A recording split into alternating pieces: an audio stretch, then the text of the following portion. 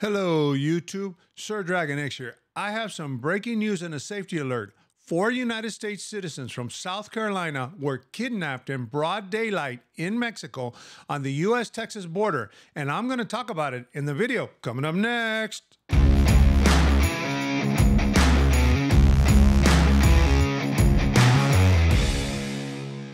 On Friday, March 3rd, 2023, 4 United States citizens crossed the Texas-Mexico border into the town of Matamoros, located in the Mexican state of Tamaulipas.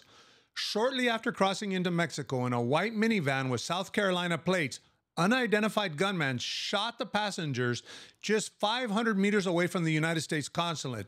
Then they herded the victims into another vehicle and fled the scene. Mexican authorities have located the 4 victims. Unfortunately, 2 were found dead, while the other 2 have been found alive. It was reported that these individuals were traveling from South Carolina to Matamoros, Mexico to have plastic surgery, but exact details have not been released to date. According to my sources, the suspects are members of an elite Gulf cartel unit known as Los Escorpiones, translated into the Scorpions. This group is the enforcement arm of the Gulf cartel. It is believed that the Americans were mistaken by the Gulf cartel for members of a rival Haitian drug trafficking organization operating in the area. Now, out of respect for the family, I'm not going to Monday quarterback this or try to analyze or criticize the situation. I also ask that you refrain from making any negative comments about the victims or try to analyze what happened.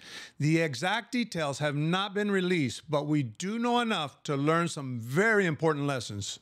I am only here to bring this to your attention due to my previous videos on traveling through Nuevo Laredo, which happens to be in the state of Tamaulipas. At this time, the state of Tamaulipas is in flux with several cartel struggles and issues which have created a heightened state of violence in the entire Mexican state of Tamaulipas for the last several years. Despite this continued violence, many expats still insist on traveling through Nuevo Laredo regardless. I know that Matamoros is not in close proximity to Nuevo Laredo, but I am here to bring up several major points that we can learn from this situation.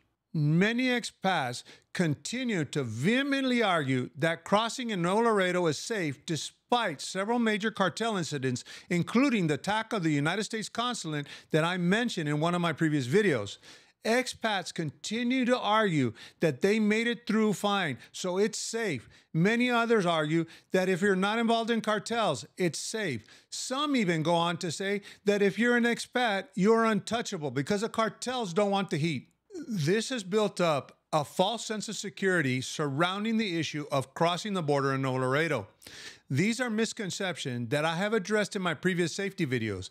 I am using this incident to try to dispel these misconceptions, which I will address. I have always held to the theory that it's not about people getting through there safely. It's not about not being involved in criminal activity.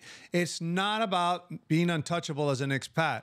It's a matter of being in the wrong place at the wrong time. Now, I want to address the first major argument always made by expats who insist on traveling through this area. I made it through fine. I've traveled this route many a times, and many others have, so it's safe.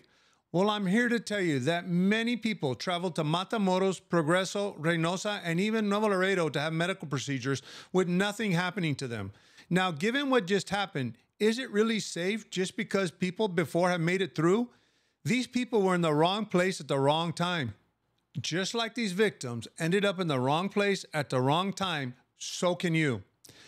As to the argument as that it only happens to cartel members, well, given what just happened, although not yet confirmed, these individuals were not in Matamoros to conduct cartel activity. Finally, as for the argument that being an expat makes you untouchable because a cartel doesn't want the heat, I have a close friend from San Miguel who was mistaken for a rival cartel member and luckily escaped with his life. Unfortunately, these victims were not as lucky, and although my friend made it out alive, trust me, it is a trauma that I guarantee you he will live with for the rest of his life.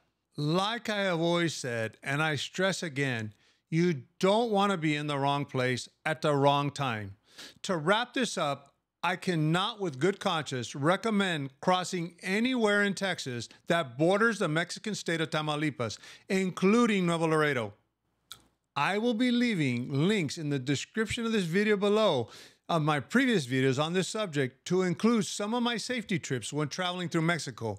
Hope this information was useful. Don't forget to subscribe and stay safe.